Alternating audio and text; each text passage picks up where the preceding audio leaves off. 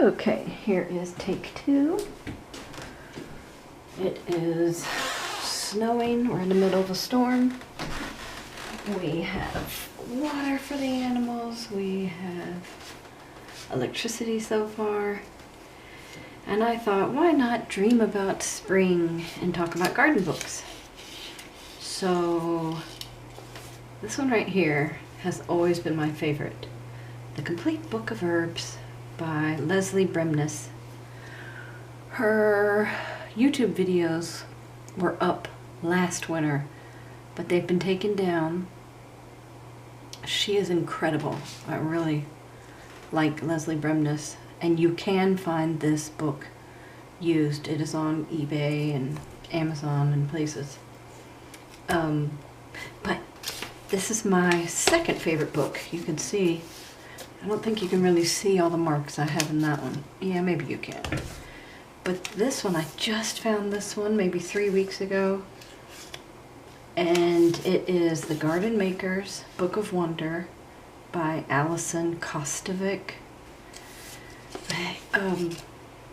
It was just an accident trying a book, and because not all books work for the way my brain works. I have learning differences, and this just has so much information on growing and crafts you can do if you have chickens. Look at the little critter. I didn't see him. But growing your vegetable and herbs. She's got a mint sugar, mint rosemary cleansing grain. She has all kinds of things in here. Basil insect repellent. Helpful hints on how to grow things. And there's some things, like I can't have soy, so I'm going to ignore that. But there's other things that are just so cute. I just love it. And so she gives you ideas. So I grew radishes for the first time, and a few of them turned out great, but not all of them. So now I can, I just kind of jumped in and did it, but now I can read about what I didn't do so well and how I can improve this year. And that's what it's all about, improving. So here's the Lesley Bremness herb book. She tells you about the herbs as well as recipes, how to make makeup,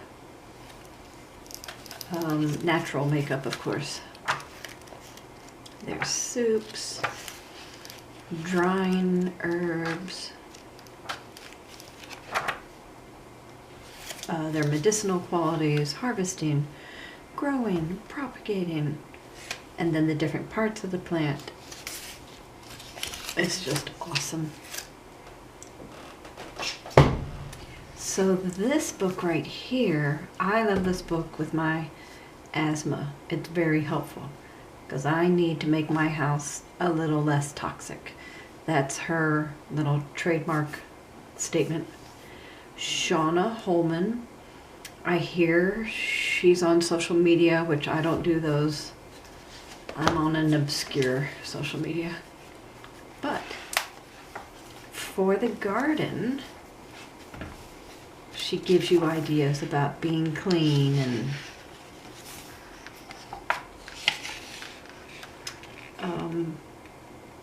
not just eco-friendly, but gentle ideas. And how to make a compost pile and watering. So it's not a huge section, but still, I love it because I'm all about these books that help people like me with breathing problems. So that's A Healthier Home. Shauna Holman, she has a little garden area. Now DK books, that's my favorite. DK whatever, because they're awesome for my brain. DK compost. You've probably heard me say I've failed at a compost pile since 2007. That's okay. I'm gonna keep trying. I'm going to get it better and better.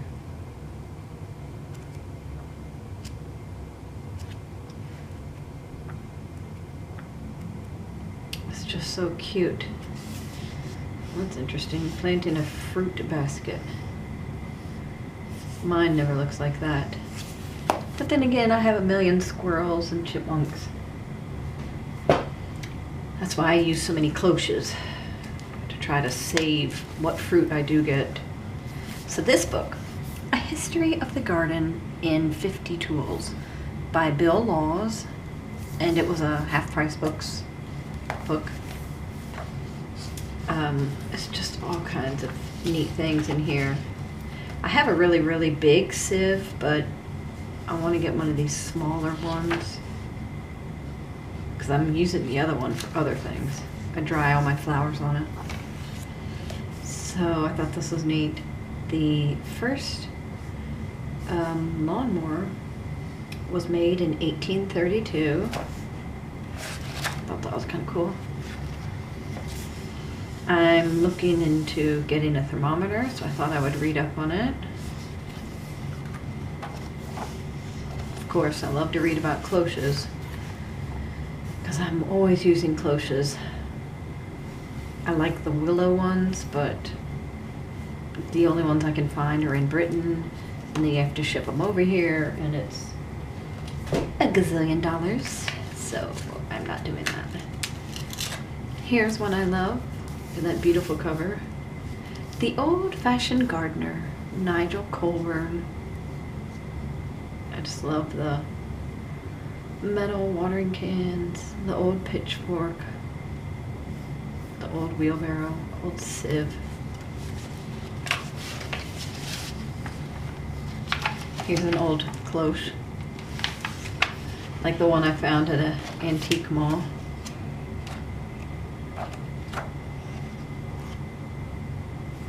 So pretty. I love it when somebody takes time to make things pretty in the photos. I'm sure it cost a lot of money, but still, I appreciate it.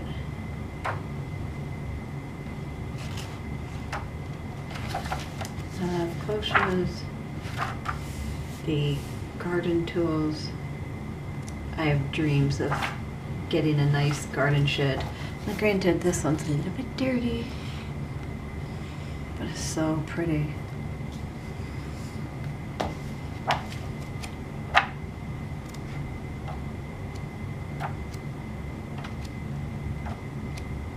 Plants, an indoor garden room. Oh, that's cute. Look at the produce they have out there. Ooh, and their cheese and bread and some fruit. Yummy. The different type of wheelbarrows. That's cool. Anyway, this is fun if you like old stuff like me. This one is the Vegetable Grower's Handbook. I just found this one recently. Huw Richards, I've been following him on YouTube for a few years, but it was nice to get one of his books. He's really experienced.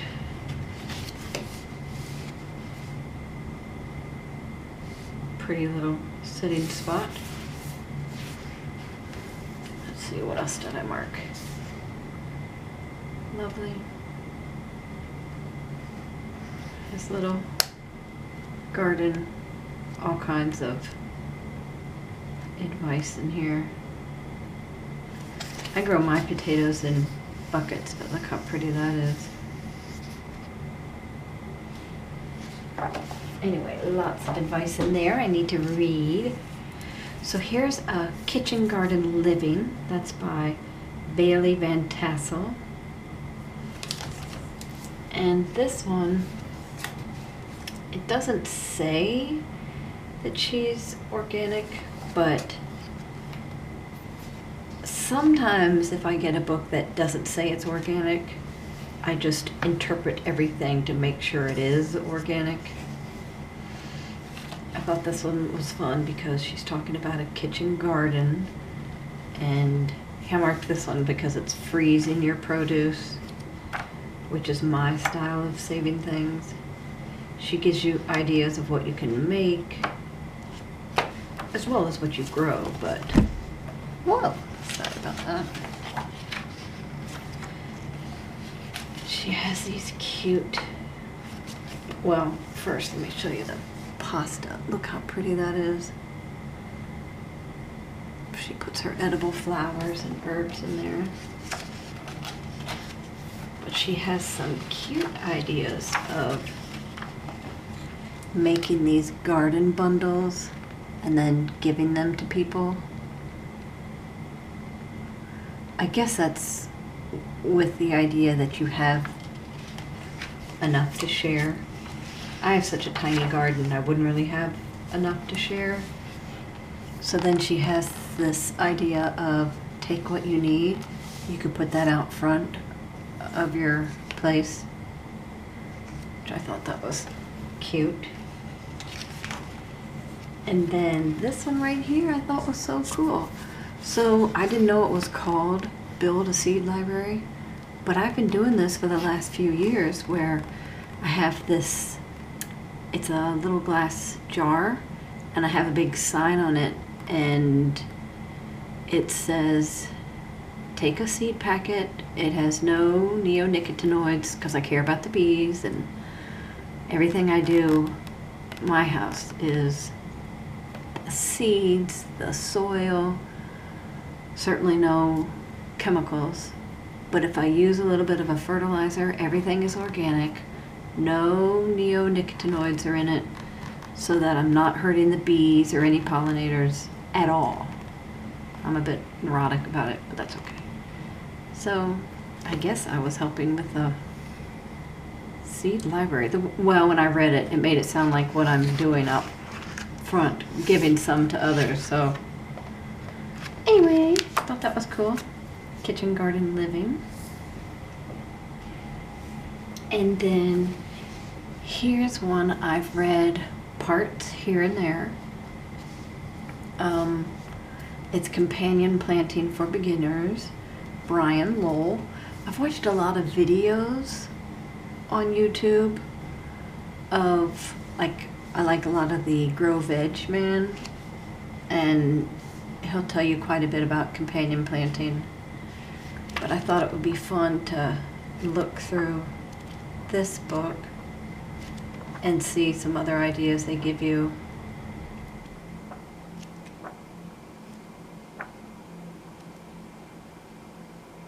Beneficial garden insects, how to attract them, which I usually just look that up online, what I've done in the past.